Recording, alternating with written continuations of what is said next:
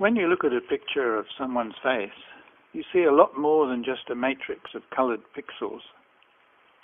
And when an expert Go player looks at a game position, she sees a lot more than just a matrix of black and white stones. Everyone is expert at recognizing faces and inferring all sorts of things about them, such as whether they are old or young, male or female, happy or sad, calm or agitated, content or anxious.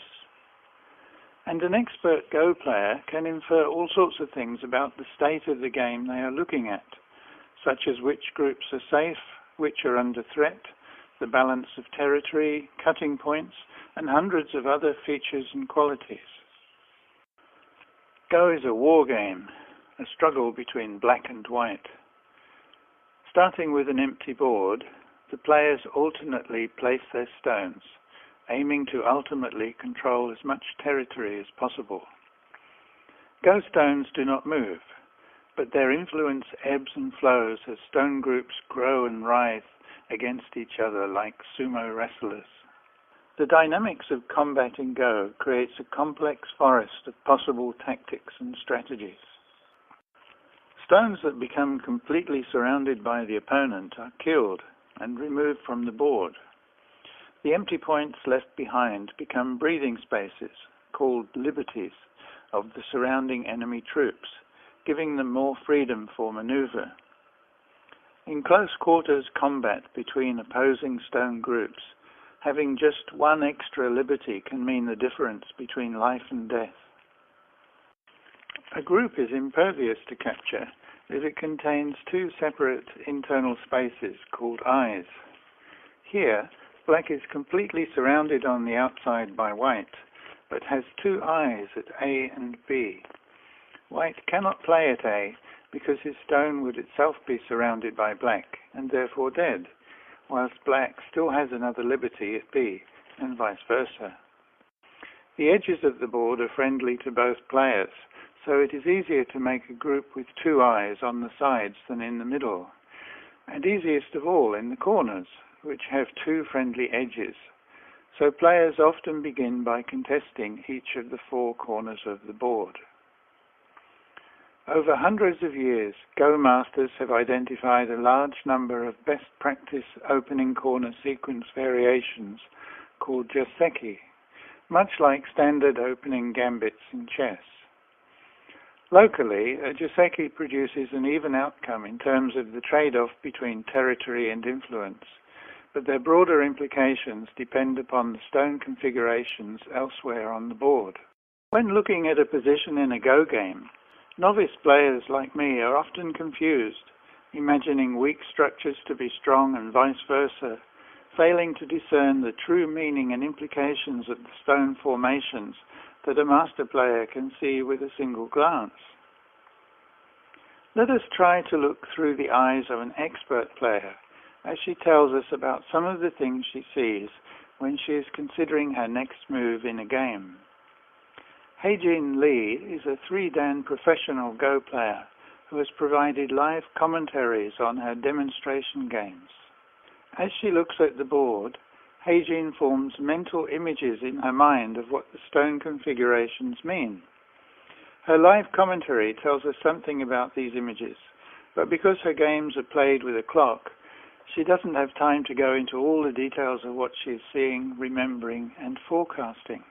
Furthermore, neuroscience is discovering that our conscious mind, the part of the thoughts that we can talk about, is like the tip of an iceberg, with our subconscious mind doing most of the information processing. Neuroscientist Antonio Damasio estimates that maybe more than 80% of our thought processes are subconscious. So like all of us, Heijin isn't consciously aware of the enormous amount of mental computation her subconscious mind is doing beneath the surface of her consciousness. So please complain to me and not to Heijin when my annotations and explanations of what I think her mental images might look like are muddy, muddled, or just plain wrong. Over to you, Heijin. Hello. How are you doing? Are you having a good day? Let's have another nice game. And then I'm white. I'm going to take this corner. And then let's see. So here I can take this one. Or here I don't really like this one because then black would approach. So I think I'll just take the star point and then see what black does. We interrupt this program to bring you our first light bulb moment. Did you notice what she said? Let's hear it again. I don't really like this one because then black would approach. In Haley's game, only 3 stones have been played, each by itself in a corner, but their particular placements already have long-range interactions. For her second move, Haley considers playing it either A or B. She doesn't like C because black can approach it from the right-hand side. Perhaps here, or here. Approach moves are called kakari, which means barb, like the barb of an arrow. A kakari move aims to pierce the corner position that the other player is trying to create. But there's more to it than that. Every stone on the board aims in all directions. In this case, black's kakari doesn't only approach the white stone at C, it also exerts influence towards the right side, which works together with the other black stone in the bottom right corner to begin to cast a shadow of influence over the lower side.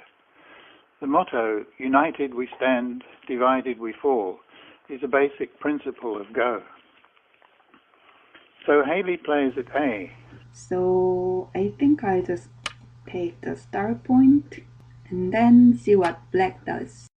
But black still kakaris from the right, suggesting that he is thinking the same things as she. We hear her little cough of discontent as her opponent foils her first plan by doing exactly what she didn't want him to do. Such is life, and such is Go.